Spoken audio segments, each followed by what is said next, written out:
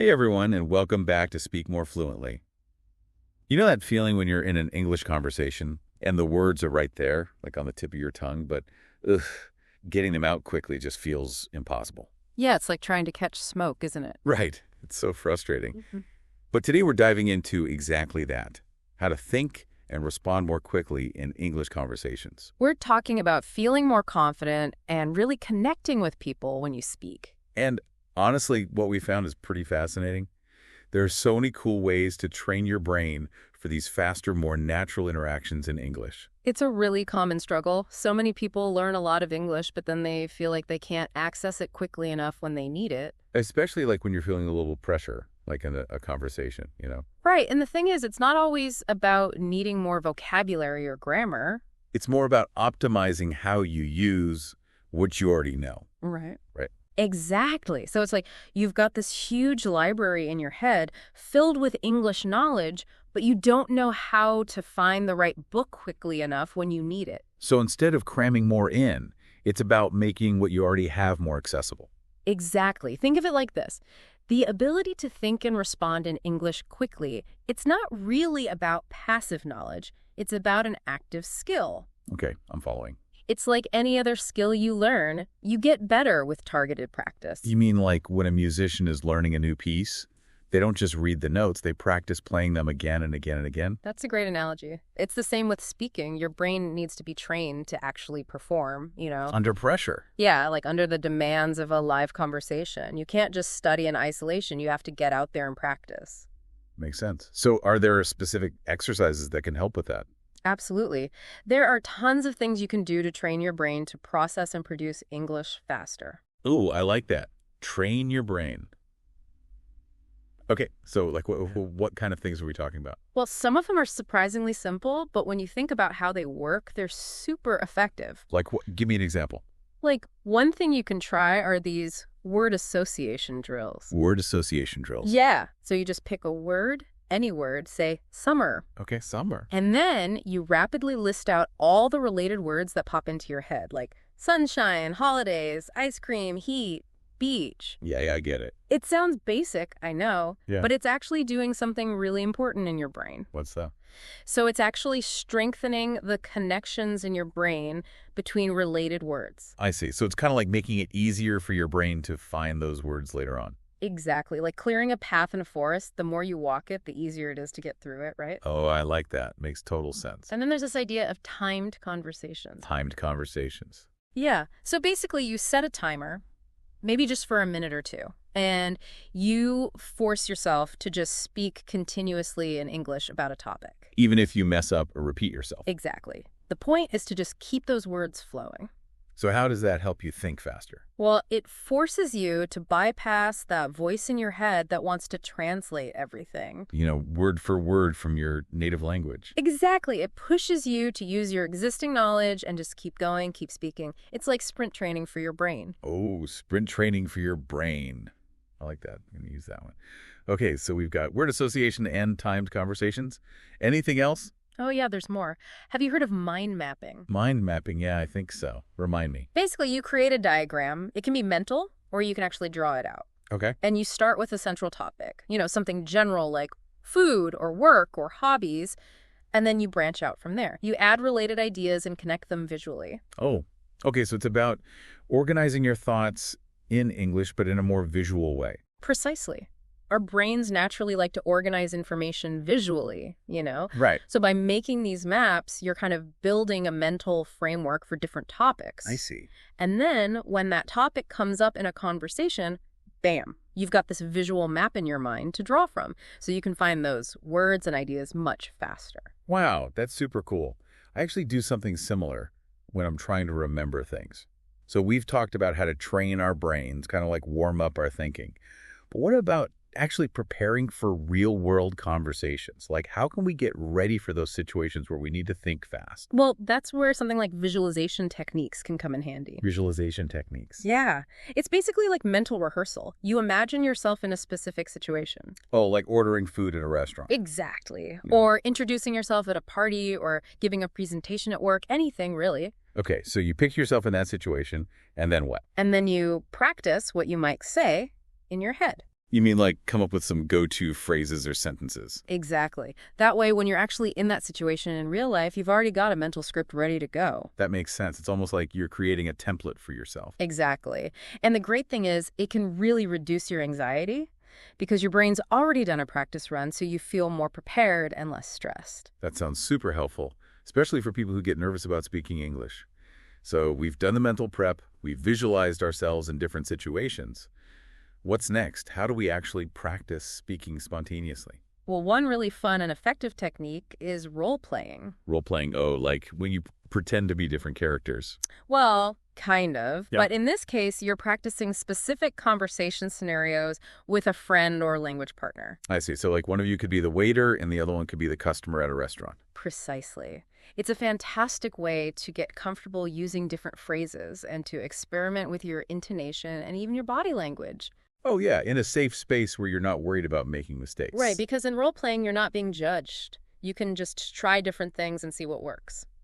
And speaking of body language, another technique you can try is mirror talk. Mirror talk, what's that?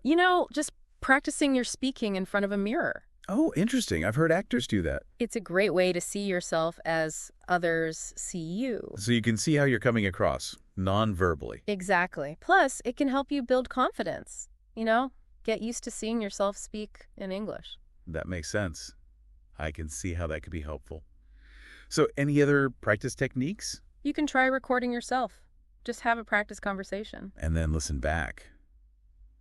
Oh no, that sounds a bit scary. I don't know if I could do that. I know it can be a little cringy at first, but trust me, it's super helpful. Why is that?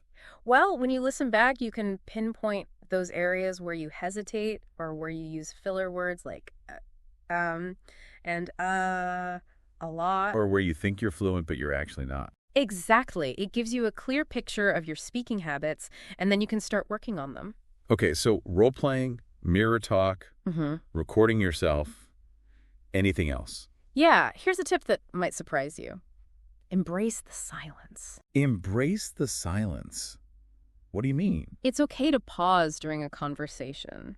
But don't you have to keep talking so it doesn't get awkward? Not necessarily. It's natural to pause, to think before you speak.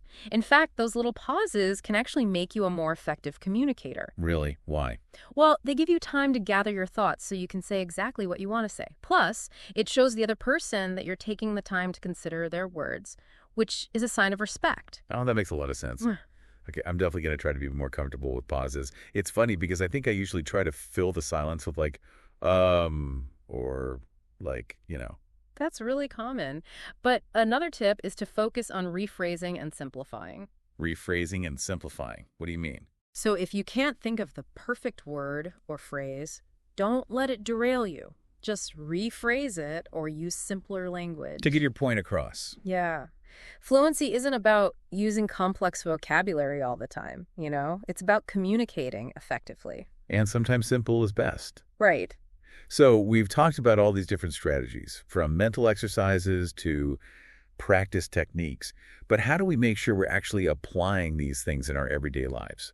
How do we make them stick, That's a great question. One way is to join conversation groups. Oh, like a group where people get together and practice their English. Exactly. They can be online or in person. And that way you're forced to speak spontaneously. It's low pressure and fun, and you can learn from each other. Plus, you get to meet new people.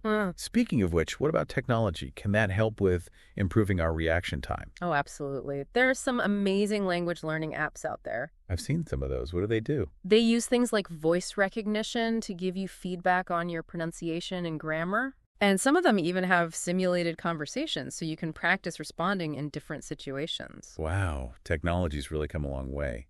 But I guess it's important to remember to be patient, right? You can't expect to become fluent overnight. Right. Set realistic goals, Don't try to do too much at once. So celebrate the small victories. Exactly. Like if you manage to respond in a conversation without hesitating for a long time, or if you successfully use a new phrase you learned, that's worth celebrating. Small steps. I like that. And what about just practicing English on your own? Any tips for that? Try engaging in self-talk. Self-talk. What do you mean? Just talk to yourself in English. Like narrate your day or something? Exactly. It sounds a bit silly, but it's a great way to practice thinking in English. Because you're not worried about anyone hearing you. Right. Plus, it helps your brain get used to the rhythm and flow of English. And all of this will eventually make it easier to speak spontaneously, right? Absolutely. Okay, but I know there's one thing that holds a lot of people back from speaking more confidently. Anxiety. Exactly. A lot of people get nervous when they're trying to speak, especially if they feel like they need to think quickly. Oh, for sure. Your heart starts racing, your palms get sweaty. It's tough. But one thing that can really help is to practice some breathing and relaxation exercises before a conversation. Okay, so just take a few deep breaths, try to calm your nerves. Yeah, it sounds simple, but it can really make a difference. And another thing that's really important is accepting imperfection. What do you mean? It's okay to make mistakes. Everyone makes mistakes, especially when they're learning a new language. But it feels so embarrassing. I know, but the more you focus on being perfect, the more anxious you'll feel. So just try to let go of that pressure. See mistakes as opportunities to learn. And practice. Exactly. And on that note, don't underestimate the power of positive self-talk. Just be kind to yourself. Yes, encourage yourself. Acknowledge your progress. You've got this. I love that. Okay, so we've talked about how to prepare ourselves mentally and practically for speaking more spontaneously. But what about actually getting faster at reacting in English? Like, how do we speed up that process of understanding and responding? One of the biggest things is to start thinking in English as much as possible. I think I get what you mean, but how do you actually do that? Well, it's about immersing yourself in the language as much as you can. Oh, okay, so like read books in English, watch movies and TV shows in English. Exactly. Listen to music in English, even change the language settings on your phone to English. Wow, so you're basically surrounded by English all the time. Right. The more you do that, the more you'll start processing information directly in English. Without translating it in your head. Exactly. And that will naturally speed up your reaction time. Because you're not wasting time translating. Exactly. And of course, having a good vocabulary is really important. But it's not just about knowing a lot of words. You mean like knowing how to use those words? Yeah, it's about expanding your vocabulary in context. So when you learn a new word, don't just memorize the definition. So like learn how to use it in a sentence. Yes, learn how it's used in real conversations. Pay attention to the other words that often go with it. Oh, like collocations. Precisely. When you learn words in context, it's much easier to recall them and use them correctly when you're speaking. Makes sense. So thinking in English, expanding your vocabulary and context. What else? Anything else we could do to improve our reaction time?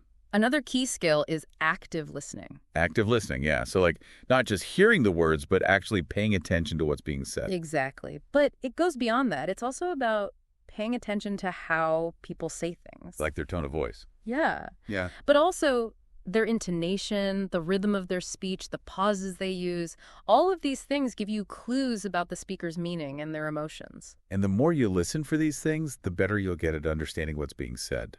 Absolutely. And the faster you'll be able to come up with a response, because you'll be picking up on those subtle cues that tell you what kind of response is expected. So it's not just about the words themselves. Right. It's about the whole package. The words, the tone, the body language, everything. Active listening. Mm. Got it. I'm definitely going to work on that. Now, I'm curious, what about technology? Are there any tech tools that can help with boosting our reaction time in English? You bet. We've already talked about language learning apps, but they're not the only option. What else is there? Have you ever considered joining online communities?